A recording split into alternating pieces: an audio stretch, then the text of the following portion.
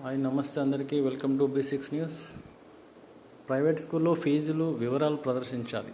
అదనపు కలెక్టర్ జిల్లా విద్యాశాఖ అధికారి చంద్రయ్య నిన్నటి రోజున మంచిర్యాల కలెక్టర్ ఆఫీస్లో ఉన్నటువంటి అందరూ ఎంఈఓలతోటి డిఓ అదనపు కలెక్టర్ డిఓ చంద్రయ్య నిన్న 15వ తారీఖు పాఠశాల పునఃప్రారంభం నేపథ్యంలో ఎంఈఓలు, స్కూల్ కాంప్లెక్స్ హెచ్ఎంలు, కేజీబీవీ ప్రత్యేక అధికారులతోటి, మోడల్ స్కూల్ ప్రిన్సిపల్ తోటి జూమ్ మీటింగ్, అందుబాటులో ఉన్న అధికారులతోటి కూడా మీటింగ్ ఏర్పాటు చేసి ఎక్కడైతే ఇప్పుడు ప్రైవేట్ స్కూల్లో ఇష్టానుసారంగా అడ్డగోలు రీతిలో ఫీజులు పెంచుతున్నారు కదా, దానికి సంబంధించిన ఒక గైడ్లైన్స్, ఒక స్ట్రిక్ట్ వార్నింగ్ కూడా రిలీజ్ చేసిండు. అంటే స్కూల్లో ఫీజుల వివరాలకు సంబంధించి ఒక బోర్డు ఏర్పాటు చేయాలి, దానికి సంబంధించిన వివరాలు కూడా మన స్కూల్లో బయట ఉండాలి అని చెప్పేసి స్ట్రాంగ్ వార్నింగ్ కూడా ఇవ్వడం జరిగింది.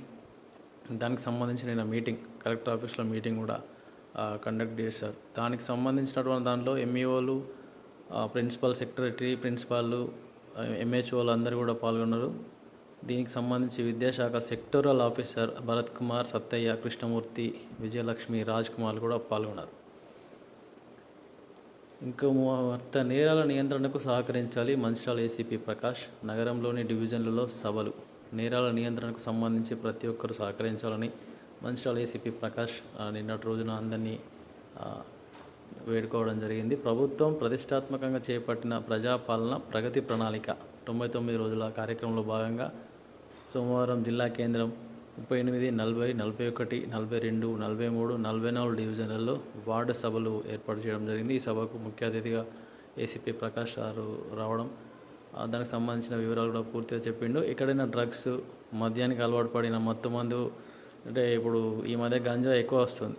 నిన్ననే పెద్దపల్లి నుంచి, చంద్రాపూర్ నుంచి పెద్దపల్లి డైరెక్ట్ ట్రైన్లో వచ్చిన ఒక మహిళ దగ్గర గంజాయి 2 కిలోల గంజాయి కూడా దొరకడం, వారిని అరెస్ట్ చేయడం కూడా జరిగింది.